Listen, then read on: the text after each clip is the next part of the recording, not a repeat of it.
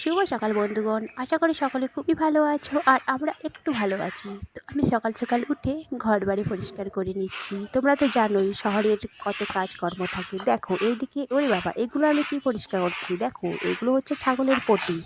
তো এই পটিগুলো পরিষ্কার করছি, করার পরে আরও বাকি কাজগুলো তোমাদের দেখাচ্ছি। তোমরা এই ভিডিওর মধ্যে দেখতে থাকো, আশা করি ভালো লাগবে। তো চলো। এই পটি পরিষ্কার হয়ে যাওয়ার পরে ছাগল ছানাগুলোকে আমি কিছু খাবার দিয়ে দিব।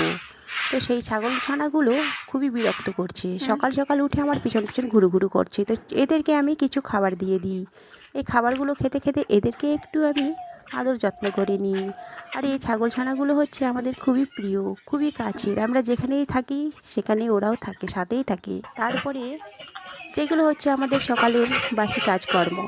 তো এখানে আমি এক গাদা থালা ভাড়া বর্তন নিয়ে বসে গেছি। এগুলো পরিষ্কার করে পরে ধুয়ে নেওয়ার পরে আমি চলে যাব সোজা উনুন পাড়ে। এইখানে পাটকাঠি দিয়ে সোজা আমি উনুনটাকে ভালোভাবে জ্বালিয়ে নিচ্ছি। আর এই ভাতের হাঁড়ি বসিয়ে দিয়ে জলটাকে ফুটিয়ে নিচ্ছি ততক্ষণে। তারপরে আমাদের বউদের চিন্তা থাকে, একটা দুশ্চিন্তা, কি রান্না হবে আজকে।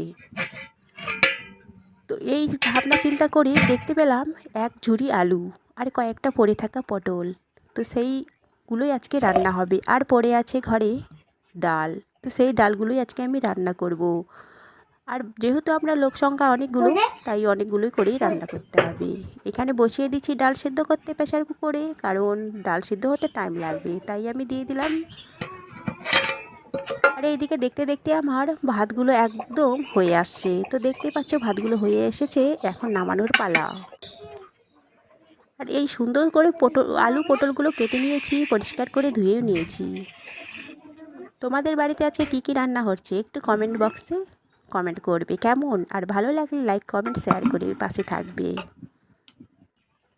এখানে আমার ডাল সিদ্ধ হয়েও গেছে, ডাল ফুটে গেছে, হয়ে গেছে। দিয়ে দিয়েছি সম্রায় গোটা গোটা শুকনো লঙ্কা। আর এখানে ওই কড়াইয়ের মধ্যেই আমি দিয়ে দিব 5 ফোড়ন দিয়ে তেল দিয়ে দিব আলুগুলো। সেই আলুগুলোর ভাজা করবো আজকে খুবই সুন্দরভাবে।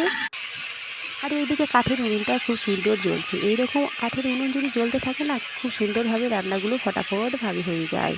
আর এখানে আমি দিয়ে দিব সব রকমের মশলাগুলো। তো দিয়ে নাড়াচাড়া করে 5 মিনিট ঢাকা দিয়ে আমার আলু ভাজা রেডি হয়ে যাবে। এইদিকে আমি রান্না করব হচ্ছে শুকনো লঙ্কা দিয়ে আলুর ভাজাটা। দেখতে পাচ্ছ এখানে 1 চামচ দিয়ে দিলাম শুকনো লঙ্কার গুঁড়ো। আর এদিকে আমার পেটগুলো চুহার মতো দৌড়াচ্ছে। তো খিদে পেয়ে গেছে, ফটাফট আমি থালা পরিষ্কার করে ভাত নিয়ে নিই। ভাতের মধ্যে নিয়ে নিব এক পরিমাণ ডাল। আর গরম গরম ডাল ভাত